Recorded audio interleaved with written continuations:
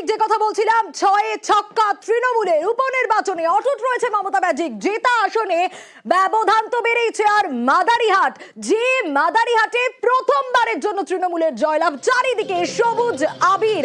প্রথমবার মাদারিহাটে জয় তৃণমূলের। আর 6 কেন্দ্রের ভোটের ফলেই আজ সবুজ ঝড় দেখা গিয়েছে। শুধু বিধানসভায় বিজেপির আসন সংখ্যা কমে 66তে দাঁড়িয়েছে।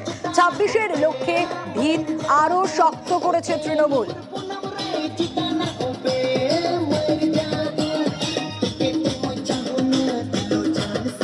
আমরা কথা বলেছিলাম নিউজ 18 নেটওয়ার্ক 18-এর এডিটোরিয়ালিস্ট বিশ্ব মজুমদারের সঙ্গে। তার কি পর্যবেক্ষণ দেখুন।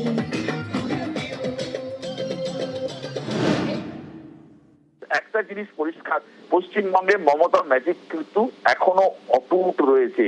এটা কিন্তু 2026-এর নির্বাচনের আগে, বিধানসভা নির্বাচনের আগে তৃণমূলের কাছে এমন একটা জায়গা তৈরি হয়ে গেল, এমন একটা অক্সিজেন তৃণমূল পেয়ে গেল যে এত বড় আন্দোলন, এত বড় নাগরিক সমাজের মুভমেন্টও যে খুব একটা কাজে দিল না ভোটে, সেটা কিন্তু প্রমাণ হয়ে গেল।